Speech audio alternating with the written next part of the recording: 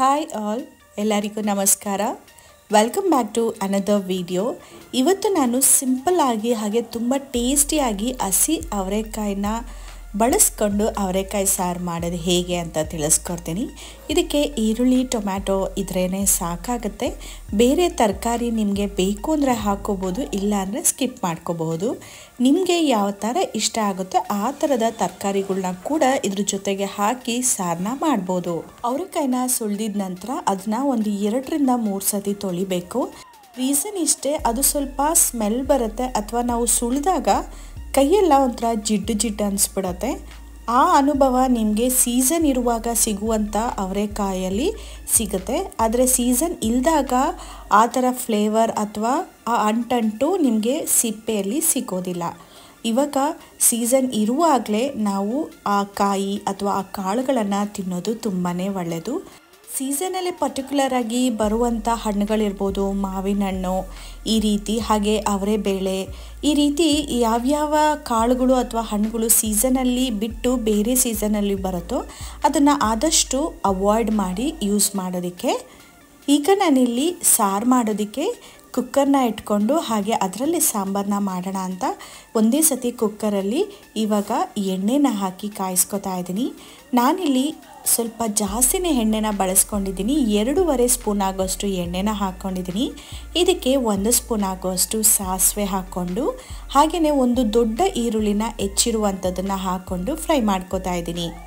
ನಾನಿವತ್ತಿಲ್ಲಿ ಒಂದು 10 ಜನಕ್ಕೆ ಆಗೋಷ್ಟು ಸಾರನ್ನ ಮಾಡ್ತಾಯಿದ್ದೀನಿ. ಆ ಕಾರಣಕ್ಕೆ ಸ್ವಲ್ಪ ದೊಡ್ಡ ಪಾತ್ರೆನೇ ಇಟ್ಕೊಂಡಿದ್ದೀನಿ. ಈರುಳ್ಳಿ ಚೆನ್ನಾಗಿ ಬಾಡಿಸ್ಕೊಳ್ಳಿ, ಅರ್ಧ ಭಾಗ ಮಾತ್ರ ಬೇಯಿಸ್ಕೊಳ್ಳಿ. ಇವಾಗಲೇ ನೀವು ಜಾಸ್ತಿ ಬೇಯಿಸಿದ್ರೆ ಕುಕ್ಕರ್ ವಿಷಿಲ್ ಕೂಗಿದ ನಂತರ ತೆಗೆದಾಗ ಈರುಳ್ಳಿ ಕಂಪ್ಲೀಟಾಗಿ ಸ್ಮ್ಯಾಶ್ ಆಗಿ ಹೋಗ್ಬಿಡುತ್ತೆ. ಆ ರೀತಿ ಮಾಡ್ಕೋಬೇಡಿ. ಸೊ ಡೈರೆಕ್ಟಾಗಿ ನೀವು ಈರುಳ್ಳಿನ ಹಾಕ್ತಾಯಿದ್ರೆ ಅದೊಂಥರ. ಇವಾಗ ಒಗ್ಗರಣೆ ಮಾಡ್ತಾ ಇರೋದ್ರಿಂದ ನೀವೇನು ಮಾಡಬೇಕಂದ್ರೆ ಒಂದು 1/4 ಭಾಗ ಅಥವಾ ಒಂದು 30% ಬೆಂದರೆ ಸಾಕಾಗುತ್ತೆ. ಇವಾಗ ನಾನಿಲ್ಲಿ 2 ಕಡ್ಡಿ ಆಗೋಷ್ಟು ಕರ್ಬೇವಿನ ಸೊಪ್ಪನ್ನ ಹಾಕ್ಕೊಂಡು ಕೂಡ ಕೈಯಾಡ್ಕೊತಾ ಇದ್ದೀನಿ.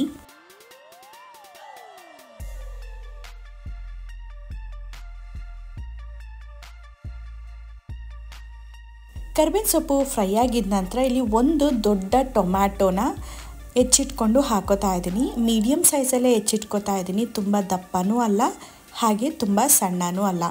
ಟೊಮ್ಯಾಟೊನೂ ಕೂಡ ಅಷ್ಟೇ ಜಾಸ್ತಿ ಸ್ಮ್ಯಾಶ್ ಮಾಡೋಕ್ಕೆ ಹೋಗಬೇಡಿ. ಎಕ್ಸ್ಪೆಷಲಿ ಯಾವುದಾದ್ರೂ ಹಸಿ ಕಾಳು ಒಗ್ಗರಣೆ ಮಾಡಿ ಬೇಯಿಸಿ ಅದನ್ನು ಸಾಂಬಾರನ್ನ ಮಾಡ್ತಾಯಿದ್ದೀರಾ ಅಂದರೆ ನೀವು ಈರುಳ್ಳಿ ಟೊಮ್ಯಾಟೊನ ಜಾಸ್ತಿ ಬೇಯಿಸೋಕ್ಕೆ ಹೋಗಬೇಡಿ.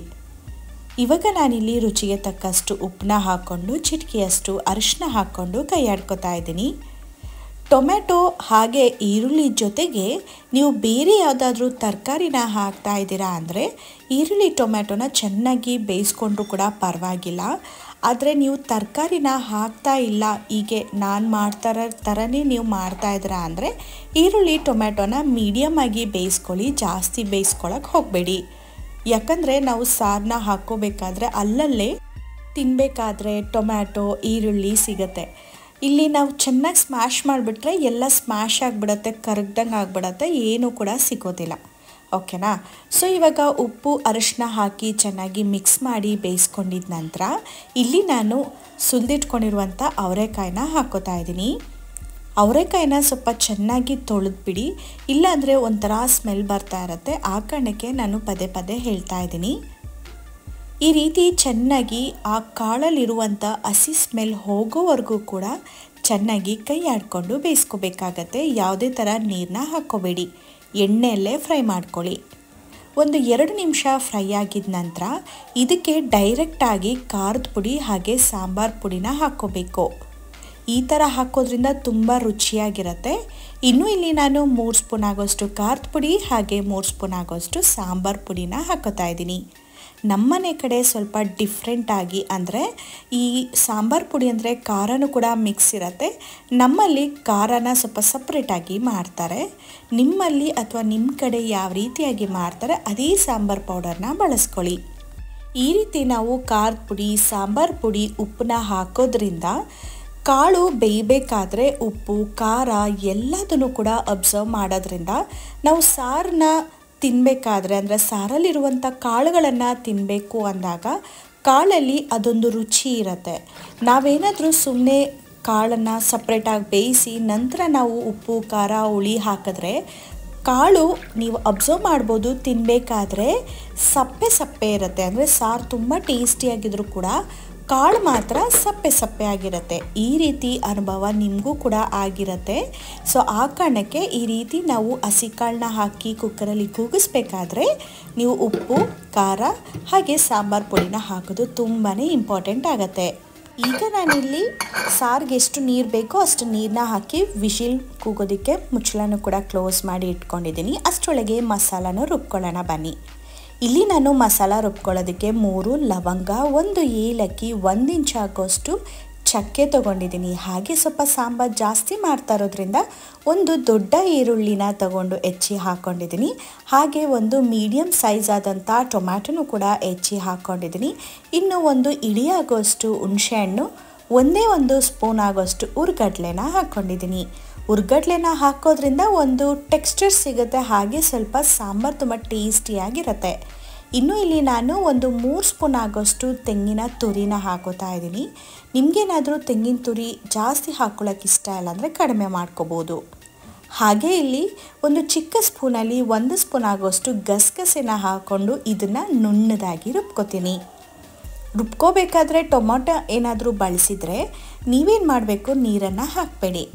ಟೊಮೆಟೊನ ಬಳಸಿಲ್ಲ ಅಂದರೆ ಮಾತ್ರ ಸ್ವಲ್ಪ ನೀರನ್ನ ಹಾಕ್ಕೊಂಡು ರುಬ್ಕೊಳ್ಳಿ. ಇಲ್ಲಿ ಕುಕ್ಕರ್ ಆಲ್ರೆಡಿ ಕೂಗಿತ್ತು.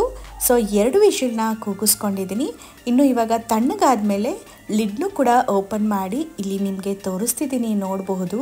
ಈರುಳ್ಳಿ ಟೊಮೆಟೊ ಅಲ್ಲಲ್ಲೇ ಈ ರೀತಿಯಾಗಿ ಸಿಕ್ಕಿದ್ರೆ ತಿನ್ನೋದಕ್ಕೆ ತುಂಬಾ ಚೆನ್ನಾಗಿರುತ್ತೆ. ಅದು ಕೂಡ ಸ್ಮ್ಯಾಶ್ ಆದರೆ ಅಷ್ಟು ಚೆನ್ನಾಗಿರೋದಿಲ್ಲ. ಇನ್ನು ಇಲ್ಲಿ ಕುಕ್ಕರಲ್ಲೇ ಸಾಂಬಾರನ್ನ ಮಾಡ್ತೀನಿ ಅಂತ ಹೇಳಿದೆ ಅಲ್ವಾ, ಅದೇ ಕುಕ್ಕರ್ಗೆ ನಾನು ರುಬ್ಬಿಟ್ಕೊಂಡಿರುವಂಥ ಮಸಾಲಾನು ಕೂಡ ಹಾಕೋತಾ ಇದ್ದೀನಿ. ಈ ರೀತಿ ನೀವು ಜಾರಲ್ಲಿರುವಂಥ ಮಸಾಲಾನ ಎಲ್ಲದೂ ಕೂಡ ನೀಟಾಗಿ ತಕ್ಕೊಳ್ಳಿ. ಯಾಕಂದರೆ ಸಾಕಷ್ಟು ಸಾರಿಗೆ ಬೇಕಾಗಿರುವಂಥ ನೀರನ್ನ ಹಾಕಿರೋದ್ರಿಂದ ಮತ್ತೆ ನಾವು ಜಾರಿಗೆ ಜಾಸ್ತಿ ನೀರನ್ನ ಹಾಕ್ಕೊಳ್ಳೋಕ್ಕಾಗಲ್ಲ.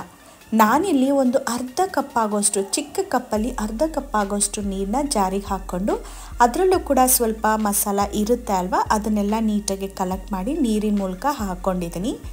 ಇವಾಗ ಸಾಂಬಾರು 3/4 ಭಾಗ ರೆಡಿ ಆಯಿತು.